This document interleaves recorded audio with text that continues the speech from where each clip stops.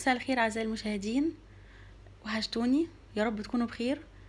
أهلا بيكم في حلقة جديدة من حلقات آثار مصر الفرعونية وجولة سياحية في آثار مصر جميلة. هناخد مع بعض جامع أحمد ابن طولون.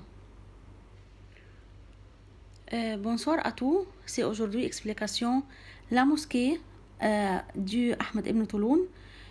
Tu seras toujours bien, tu m'as manqué. Commençons. Good evening everyone. Is today explaining the mosque of Ahmed Ibn Touloun. You will always be fine. I'm missed you. Let's start. Moschea di Ahmed Ibn Touloun, questa è una delle moschee più importanti del Cairo e uno di monumenti islamici più impressionanti.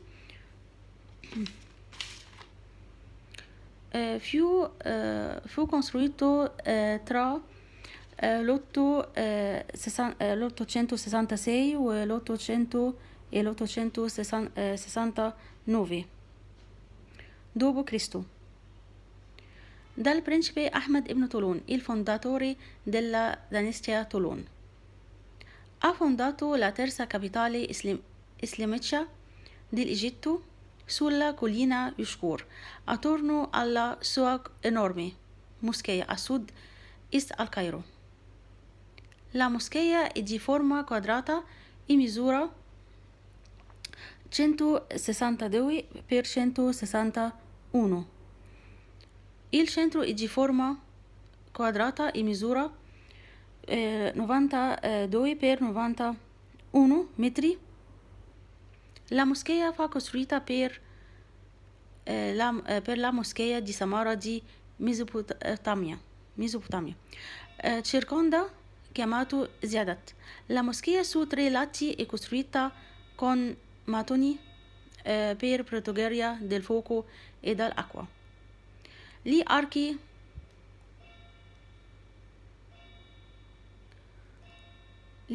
della galleria Riok poggiano su capitelli di mattoni ricoperti da spessi strati di gesso sostenuti da lesene che formano archi incrociati ad ogni angolo. Ci sono 129 finestre nelle pareti della moschea fatte di intonaco, con decorazioni che rappresentano disegni geometrici e florali. Il minaret è alto 4 metri e la scala esterna è speciale come quella della moschea Samarra, e che l'architetto della moschea era un cristiano siriano che costruì anche la torre dell'acquedotto che serviva. Si dice che quando ascoltò Ahmed Ibn Touloun voleva costruire la sua moschea senza saccheggiare le chiese cristiane per rubare le loro colonie. Da solo affermò che poteva soddisfare il desiderio del principe e che Ahmed Ibn Touloun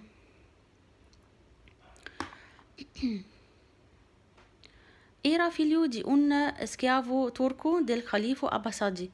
Fu inviato in Egitto nel 868 d.C. Come governatore di Fustat e dopo 2 anni divenne generatore del paese presso il califfo Abbasidi e si fece sovrano indipendente dell'Egitto. Ha fondato una nuova città vicino al lato nord di Fustat. La città era un sito di molte leggende, come si credeva che l'arca di Escia si stabilì che dopo il diluvio.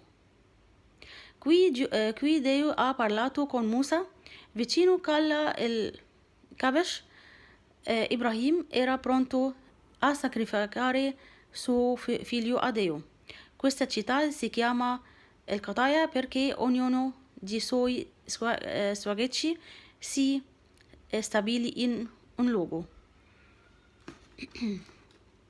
ده بالنسبة لجامع أحمد ابن طولون.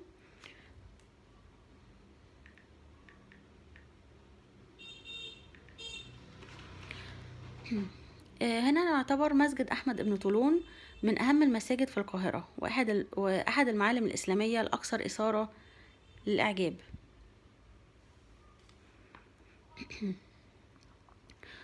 واتبنى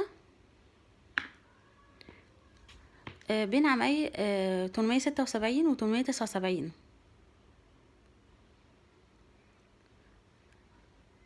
من قبل الأمير أحمد ابن طولون مؤسس سلالة طولون، وقام بتأسيس عاصمة مصر الإسلامية هي الثالثة القطائع على تلة يشكور حول مسجده الهائل في جنوب شرق القاهرة.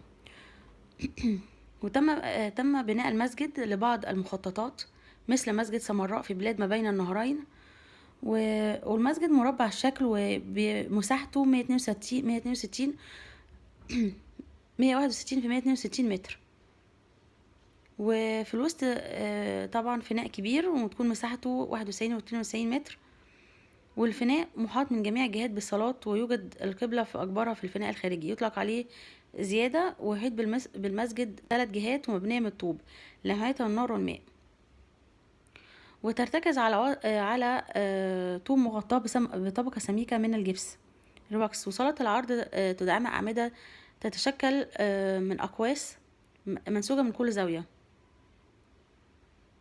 وطبعا الأقواس في جدران المسجد 4 منارة مصنوعة من الجبس ومع زخرفة تخريمية تمثل تصميمات هندسية ونباتية. والدرج الخارجي هو خاص مثل مسجد سمراء. ومن هو أحمد ابن طولون؟ هو كان ابنا لعبد تركي الخليفة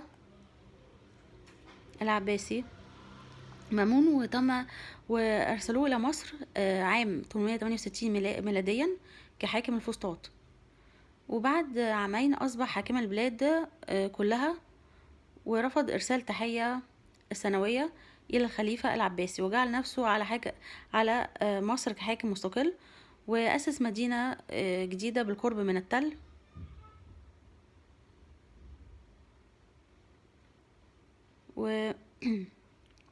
إلى الشمال من الفسطاط.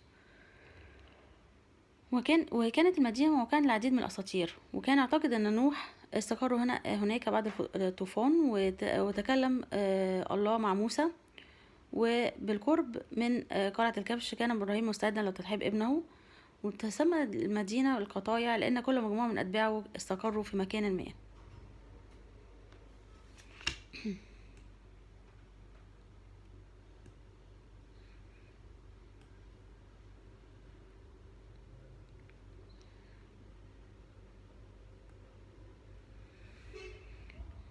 Mosquée Ahmed Ibn Touloun, c'est l'une des mosquées les plus importantes du Caire et l'une des monuments islamiques les plus impressionnants. Il a été construit entre 876 et 879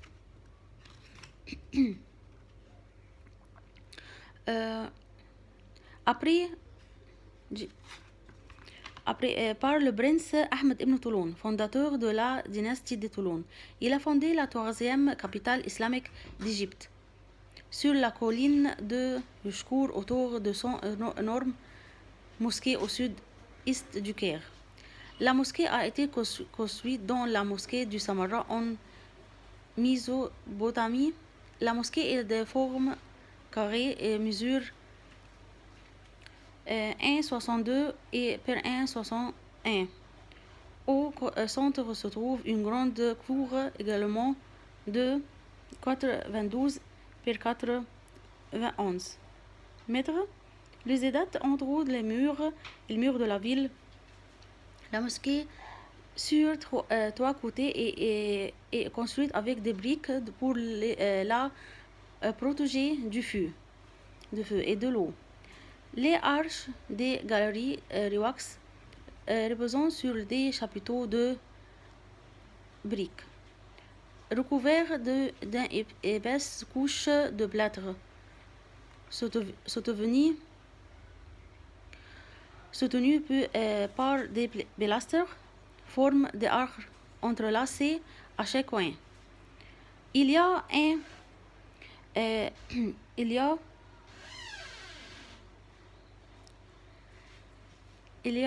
129 fenêtres dans les murs de la mosquée en plâtre avec une décoration en filigrane représente des motifs géométriques et floraux.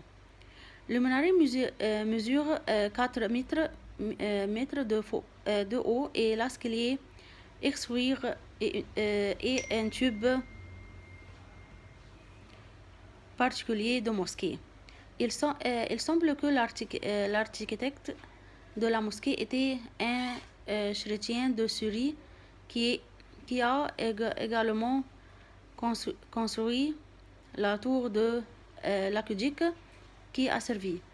On raconte que lorsqu'il a entendu Ahmed ibn Toulon vouloir construire sa propre église sans licencié, il ne pouvait pas que satisfaire le souhait du prince. Qui est Ahmed ibn Toulon? Il était membre d'un esclave turc du calife abbasside. Il fut envoyé en Égypte en 868 après en tant que gouverneur du pays. Après 2 ans, il devient gouverneur du pays, puis il refusa d'envoyer des hommages annuels à calife Abbasside et s'est fait souvenir d'indépendance de l'Égypte. Il a fondé une nouvelle ville au nord de l'Arabie. La ville était un site de nombreuses légendes telles que on croyait que Arc s'était installé ici après le déluge. Ici, Dieu a parlé à Moussa près de Kala al-Kabash. Ibrahim était prêt à sacrifier son fils à Dieu. Cette ville est appelée à cause de chaque groupe de ses partisans installés dans un lieu. وبكده خلصنا. وده طبعا